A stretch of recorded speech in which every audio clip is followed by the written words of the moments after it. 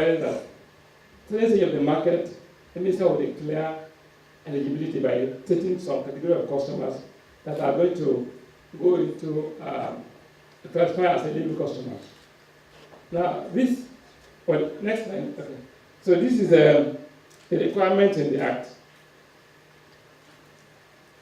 Okay. The EPS Act says you are going to, the minister will declare some percentage of the market eligible customers. And that's the policy directive. And NERC, as a regulator, will have to fashion out a regulation that will implement those policy directives. So far, the minister has declared the eligibility clause, and the policy is already on. Now, it is now the regulator's job, or the regulator's job, to determine who are those qualified to be eligible customers, what are the requirements, what are the, how it will be done, what they begin to the market, and how to that be solved. So this is why currently we are doing consultation on the eligible customers regulation, which we are going to develop, and then to now make the operators in the market to be able to implement the eligibility declared by the minister. As I already said here, these are customers who can actually go and buy power from anybody outside the disco. Currently we are stuck to the disco, but with eligibility declared, you could buy power from any of the generators. So this is the four categories of eligible customers. If you are an user connected to 132 or 3 that's the TCN lines, transmission lines, then you can become an eligible customer. Sorry. Okay, yeah. Now, I can take from here. Then the second one are those who are connected to the 11 to 330 or 33 kV lines. That's the distribution network. And the third one are those who are actually connected to the GENCO, to any generating company, but consuming more than 2 megawatt per hour. And then, while the other are those who are connected to this consuming more than 2 megawatt. So these are the categories of customers that can be eligible customers according to the ITSR Act. But what will be now currently in the market, we currently have the slides. One on this side, you have the NPPs, and all of them, or the IPPs, sending their power to embed. They sign PPAs with embed, and then the Solicitors codes as the EGNI, AFAM, those ones have contracted capacity. When they were taking over, they had a contract that can go to build to this capacity, which it was before. Now, beyond that, we call it extra capacity, but that currently they are not working on the extra capacity, but they are having contracted capacity. Those ones are already sold to embed, and they cannot be sold to any other partner but embed. So embed now have, with the disclose, what we call vesting contract. Now, this is one of the problems in terms that the PPAs are contractual and they have some indexation with gas pricing, while the embed compared with the disclose are vesting contracts.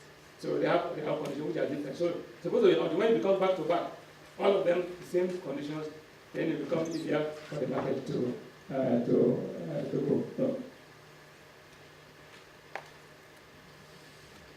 Well, go back.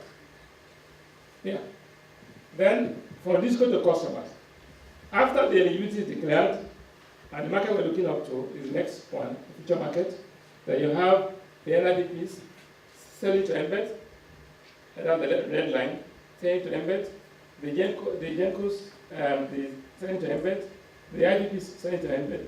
The GENCO can now sell their extra capacities, to that's the blue line, to any eligible customer. Eligible customer can also buy again from embed without selling to disco. So disco cannot no longer buy all the power, they can sell excess to the eligible customer. And then they can also now sell to customers can just buy from those GENCOs on their own. So that will become clear. It's a way of liberalizing the market bit by bit. But of course, cannot do everything at once, because if you do it at once, it means that Anybody who feels that the is not doing well, they can leave, this is not doing well, they can leave it and can get some more contract. That will have impact on their market. So we are doing them stage by stage. That's why now it is those categories I've been stated before at the level of consumption stated. We are currently doing a study on what would the impact of this on the market. Liquidity issues, how will that be solved? What are the transition charges that will be charged to make sure that they stay made whole? And how will that affect tariff rebalancing? Because, for example, maybe Hilton now pays 46 naira per kilowatt hour, and I pay 24 naira per kilowatt hour. So if Hilton leaves the market of jet disco, then and they sell the power to me, I will pay at 24 naira, and he will lose money because what he was selling to me to Hilton at 46 naira now comes to me or some other person at 24 naira. But he doesn't get to that buyer's like sort of disclose the Hilton's class of customers. So these are things we are doing a study now. Look at how much of the current load served by the disco are going to go, possibly going to go to eligibility, and what will that impact in terms of their revenue. Next slide.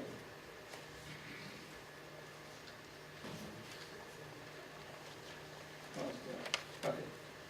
Now, we are just mentioned here why those the objective of the eligibility direction, which is one is to expand to create opportunity for more suppliers to come to the market. That because currently most of the regulation we have on energy generation, on IEDN, have issues of who can pay, how will it be paid for. If I start generate power, now without current level of eligibility declared, how will I get my money back from the customer? So these are things that are being solved through this. And it's going to create a competition for the discos to be able to, if I don't serve this customer, they'll go elsewhere, so let me serve them better. So it's an opportunity for disco to improve on their services and also to allow the market ability of the disco to improve by that competition. We also hope that through that, more megawatts will come online on stream, and then we'll enjoy more stability in power supply. Because now the disco will have some of those difficult areas being supplied by eligible customers, by new gencos, and then they can have more to sell to their captive customers. Okay, now, what are the stakeholder issues? I thought we were already doing consultation on the regulation. We are going to, currently we're in Kano this week, in Kano. We are going to Lagos, we are going to Port Harcourt, we are going to other places. So what we're doing is to look at stakeholders, talk to them about this, and get their own inputs, which will form part of the details of the regulation. And now, these are the issues that have been raised. Third-party assets. How will you determine the consistent use of system charges and the use of system charges?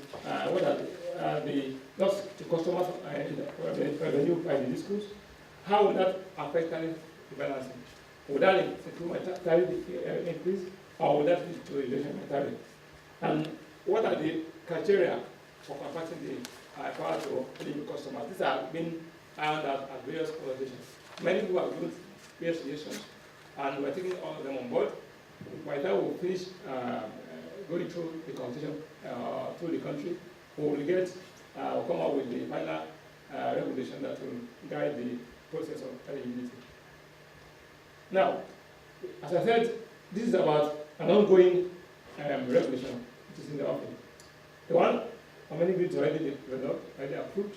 I just give you a summary of it. Already, Madam talked about it earlier, and I think it spoke very well about it. Why did we have to have a regulation on mini grids, which is capacity below 1 megawatt? And why do we require the regulation? It's just to remove the barriers to investment in rural electrification, which is basically that the investors have concerns, the consumers also have their own concerns. What are the concerns of the investors? Yes, right? Now, investors are concerned that if they make investment in a rural area, they might have shared capacities. They are not sure how fast the main grid will arrive at those places.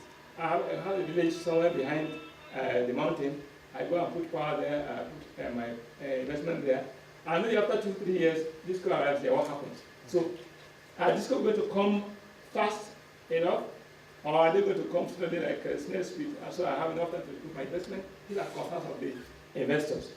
And then, again, they also are concerns where there will be competitors who will take over those areas they are eyeing already. I have an investment on this village, I'm eyeing another village as expansion potential area, and then somebody else take over the area, and I have, of course, you needed some level of quantity of customers that will make critical mass of business sense for you. So if you have any in a village, will somebody else come and take over that same place, or go to a next village and take it over? So these are issues that are concerned to investors. The issue of where they are allowed to charge cost-effective tariff, because in the rural area, where most of the rural customers stay, they pay 1 naira per kilowatt hour. And whereas many rural investments to provide power is higher than getting a tariff of 4 naira per kilowatt hour. So there are concerns where they will be allowed to charge a cost-effective tariff. So these are some of the concerns of the investors.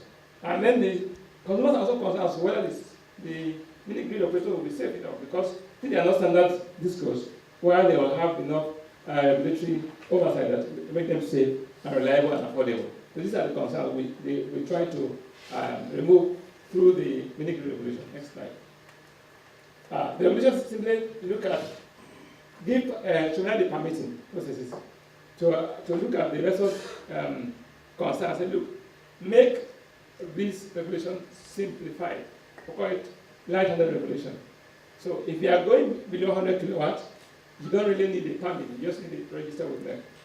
So meaning that most of those who are going to go into mini grid in the rural area will not require to go through the office of permits. Of course, permit is also much easier than a license.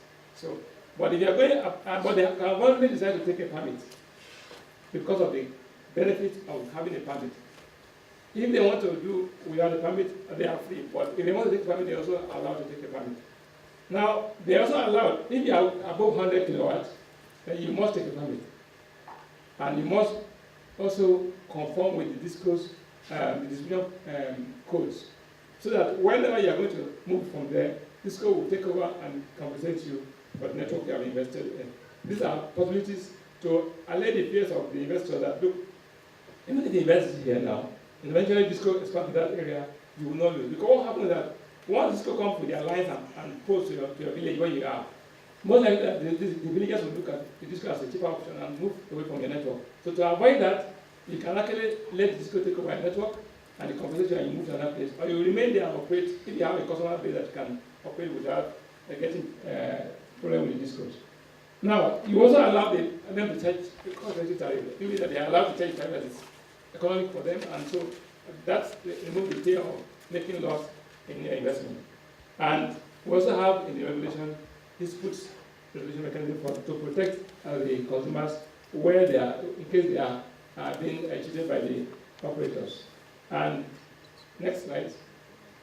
Now, as I said earlier, if you can be isolated, meaning you are just on your own without a connection to the grid. You can also be connected to the grid because there are some things that they have network, but they are currently underserved. For example, the REA used to expand power to some distant villages in the hinterland. And now they have network there, there is no power supply to them because DISCOs, after they took over, they find it difficult to separate those things that are far up from their network, and they are not having much patronage, or they don't even have many customers that can pay a sizable amount of tariff. So they clearly don't supply them. So these ones are called the underserved area. It can be connected to the grid and yet become a mini grid potential for investors. Then you have, if you have, next slide. Next slide. Okay, now I said earlier that you could have a permit even when you are below 100 kilowatt.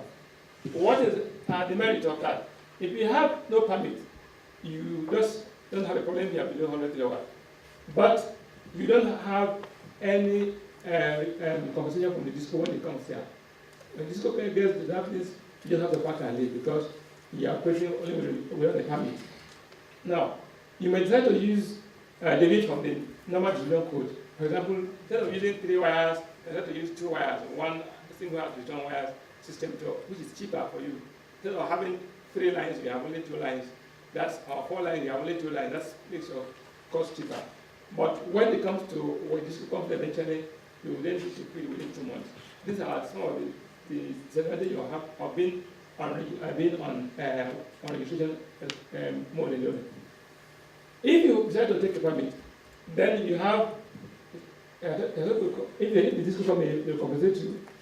2, you must have them to comply with the distribution code. Because if you just put your wires anyhow, when this company, they will not have a need for the network. They can't buy it. They can't take it over. So you need to be compliant with the distribution code from the beginning. But whether you are permission or with a permit or with no permit, you must follow the health and safety codes because it's important that everybody who is using your power should be safe. Then, what are the processes? Simply identify the site and find where it is within the discourse, outside discourse 5 years plan, because discourse already have a commitment for 5 years plan with us. And if you want to go to a village that's already part of the expansion plan, we will say, no, don't go there now. Let discourse have that because they already put that in their investment plan and it's already approved and put in the tariff calculation. So you cannot take all that. But where it's outside discourse 5 years plan, you are free to take such a place. Once you have a contract with the community and you sign what we call 12 months exclusive period, which allows you to have the sole right to supply that community within 1 year.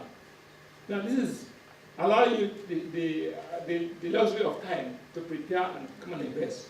And it protects you from having your investment plan being roughened because somebody else has come to take over the place while you are away. So you sign that, come to the NERC and collect the permit. Once you have all the other necessary permits, like ESIA is required, having to get building permit to build a structure in the village. And then once you collect your permit, you can install and then run and operate your plants. Then, if it's interconnected with the discourse network, you must have, how having the site, you must sign also a charter agreement with the disco, because the disco has to also sign that. I have agreed that this guy should take over, should take up this community, that's connected to my network, and operate on it. In that way, you are protected. Because if you don't have that agreement with the disco, well, the disco will have the right to say it's my franchise, I can operate anytime I want. But if you have an agreement, protect that investor, that while that agreement succeeds, you have the right to operate, and you can export to the disco when you have excess generation, you can import from the disco when they have, you need to supply you, and you can agree on the tariff. So once we have this, NERC approves that and gives you a permit and a percent of that. So this is in case of underserved area, like those areas who actually connected to rural education before, but no longer have a supply now. They can come under this one. Now, what are the required documents for you to get a permit? You're required to have registration. You need to have the site documents, including drawings of your plans. You need to have relevant approval of ESIA if you need to do so from the Ministry of Environment. And then building permit if you require so. If you are going to operate in a container, for example, you don't need a building permit because just put a container on the office. But you are going to have a building, you must have building permit to make sure that you are not going to do a legality in the community. Then you have to have contract between the community, yourself and the community. And then if it's with the disco, you have to have a tripartite agreement where yourself, with the disco, and the community have to have a contract. That's the way you will get approval from there. For that. Next slide. Now, when you do all that, you come with a tariff, your tariff which NERC will approve. Once you have 6% of the community or your customer approving it, will approve it. Otherwise, we have to go through our tariff model, which I'm going to show you soon. Now, when the disco what happens? You have option of either give your power to the disco as interconnected, or you quit and then agree that what happens, you supply the disco or the community as emergency power supplier, and you supply the disco and at export and import tariff you agree upon. Now, you can also apply online, and this regulation makes it easy for you because we expect that we're going to have so many developers who want to come under this project. So we make it like able to apply online, do everything online. You don't have to come to Abuja to come and apply. I just want somebody in Bayelsa or maybe in Lagos to come to apply to Abuja to come and apply because maybe 50 kilowatts or maybe 100 kilowatts they want to put up in the village. So simply log on online and apply. We are currently developing the website for that, and hopefully by the end of next month we'll have it come live. Go ahead, within 30 days you can give me a permit and you can start hit the ground running. You can put your investment profile, whether you want off-grid or whether you want interconnected or you want isolated, put them online. And then you can compute your tariff straight away from our model. We have a model which is just like the pricing model that flows in all your investment parameters, your costs, your financing costs. Once you put all that with the kind of item you want to put on ground, the costs, and you flow it and you get a tariff which can be used to discuss with the villagers, and then it will be ready for NERC to approve your tariff. Once that is approved, you are good to go. What are the impacts on the market? Potential impact of this two regulation on the market. The one on eligibility and the mini grid. Generally, it's going to have impact on increasing generation capacity of small IPPs.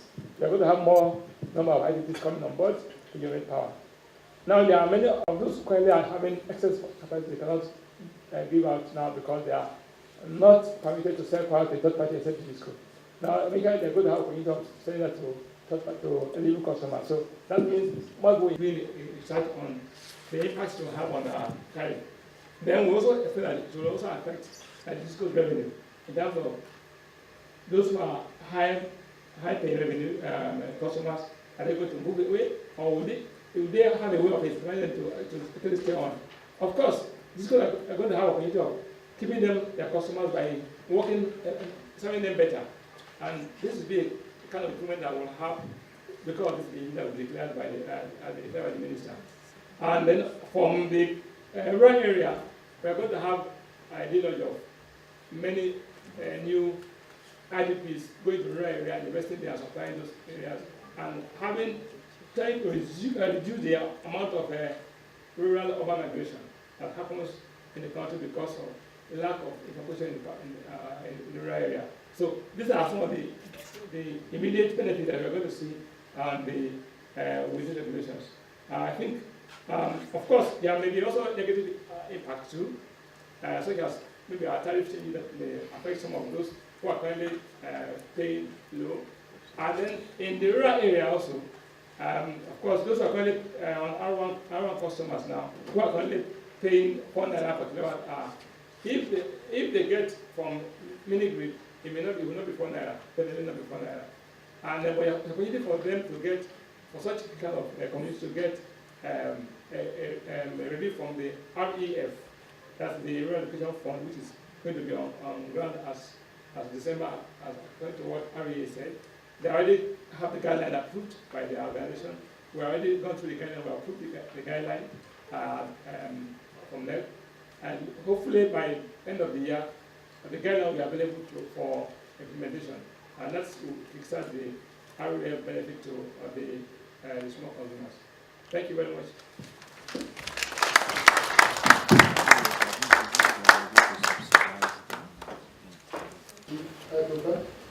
I'm the president of Transcorp Corporation, a US-based company. We're involved in power generation, renewable and non-renewable. I have listened to the presentation, and it appears to me that the external investor has not been taken into consideration in all the presentation that I've listened to. When I hear about 4 naira per kilowatt hour, and I consider the investment that you have to make to set up a solar farm and set up distributed generation system and connect to the customer, I think it's very, very unrealistic to believe that you are going to have investors rushing in to put money into this. The other area that is of concern to me is that it seems from Dr. Yusuf's presentation that the discos and the gencos are actually monopolies. I think that also will discourage investment. We're looking for investment to come into Nigeria because of the bad situation we are in power. And if we designate franchises to discos and you really have trouble setting up power generation system, whether it's renewable or non-renewable, and you have to depend on the discos to give their blessing to your being able to set up, that will discourage any kind of external investment. So what we should do is that while we're in Nigeria looking out for the interest of Nigeria, we've got to think about the sources of funds and what the expectation of the investor is going to be. If you don't consider that and just localize the analysis, it's really going to lead to some kind of failure, project failure. We really need to, I would like Dr. Yusuf to put himself as a billionaire in New York, magnanimous enough to put money into Nigeria, because Nigeria is a big African country that right now I think our power consumption is about 127 kilowatt hour per capita. And he wants to make that investment. He has choice of making the investment in Nigeria or investing it somewhere external to Nigeria where he is guaranteed some return on the investment. How much does the Nigerian bulk electricity trading company pay? I think they pay about 37% of whatever they owe you when you dispatch energy to them. The discos at times they pay you about 20%. So if you look at it, the risk is just so enormous that anybody wanting to make investment will be discouraged. We must tackle and address those risks. That is the only way we'll have investors coming in here to take part in the energy development that will lead to national economic development of the country. Thank you. Thank you, sir. Just to mention that the next segment... I think some of my questions are taking, and I want to align with some of the thoughts from the speaker. What I deduced from Dr. Yusuf's presentation appears also to me that the discos and gencos are more protected than the eligible customers you're trying to bring into the system. And I'll just give, unless probably you explain or give clarity to what I'm saying. From your presentation, you made it so simple that it's easy for me as a mini-grid investor to get permit. You gave the varied options. And then you said that once you follow all that, I get approval and all that. And then you said in one of your comments that it is key to have a tripartite agreement with DISCO. And then I asked myself, and if you subject me, if you're going to give me approval to say, hey, you meet all the conditions, so fine, go ahead. But hey, you got to get a tripartite agreement from DISCO. When you have already told me that if I select a place outside the 5-year business plan of the DISCO, I'm free to go. And then you insist also that I have to have why should I have a tripartite agreement with DISCO? When already DISCO have submitted to you a 5-year business plan, and I said, look, I've chosen a place outside of that, and you have that database, you have checked, and you said, fine, you are good to go. If there's any need for any sign to protect my investment, which I believe is why you're saying that, it should be between NERC and DISCO. Because by doing that, you are really tying people still to disco. And so, because if from your statement, if the tripartite agreement is not signed, it's a criteria to actually, so for me, they are still not to be losing to make investment feel comfortable.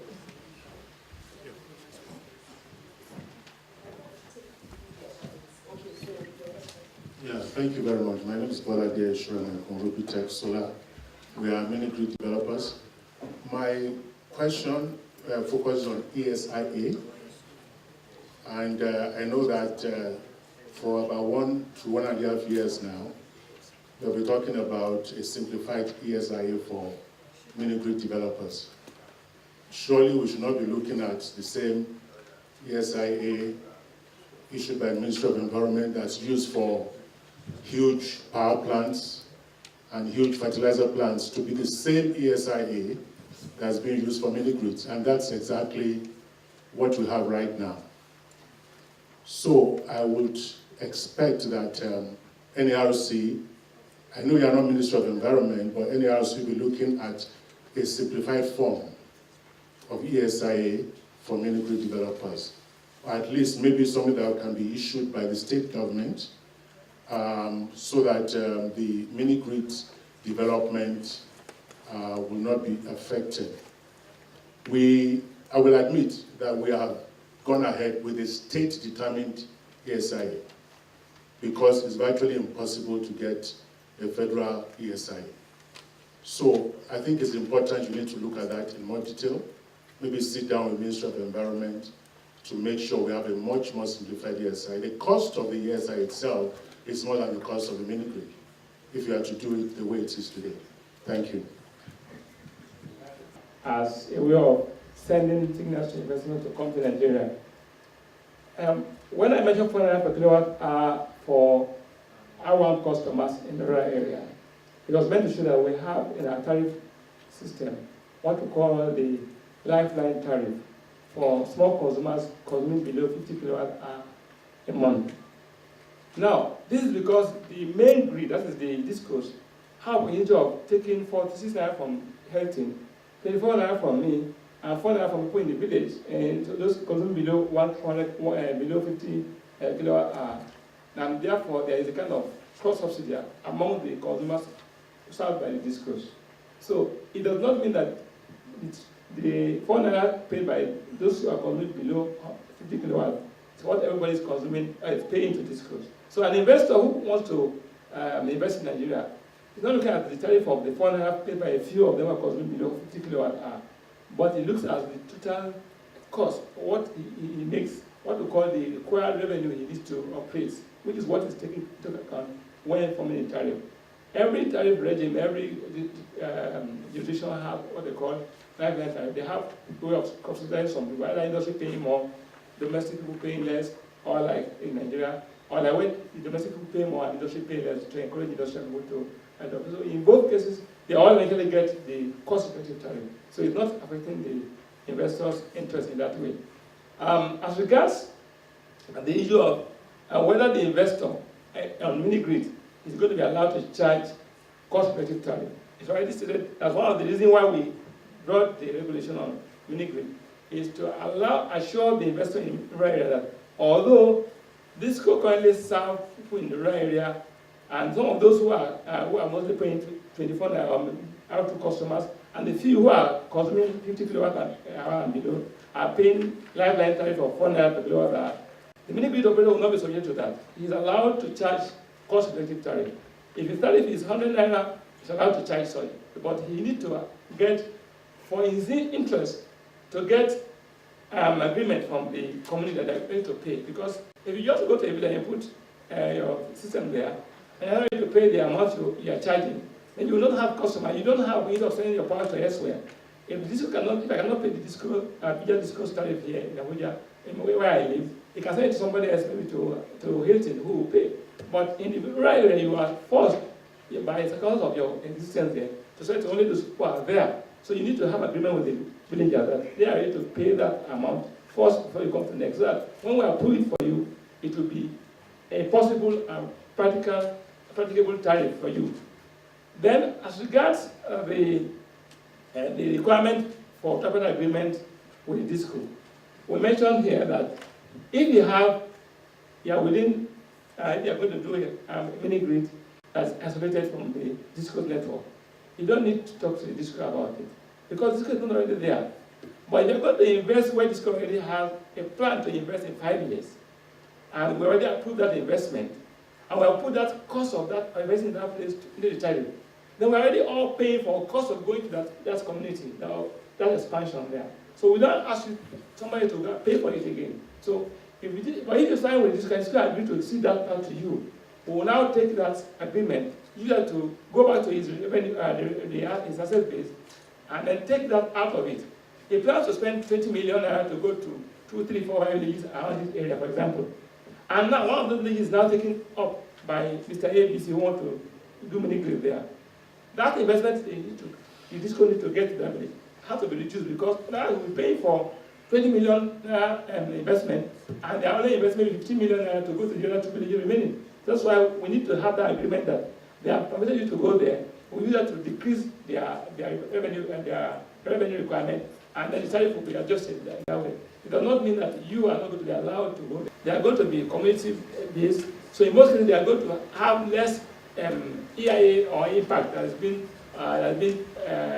envisaged in an ESIA analysis. So we are working with Ministry of Environment, and if you also have the state ESIA, it's also enough for you to get a permit, because we are talking about light-handed regulation that simplifies everything for the investor to reduce the risk of spending so much on every aspect of the licensing procedure. That's why we say not the license, but the permit. And even if you go below 100 kilowatt, you don't even need the permit, just register with us and you're okay.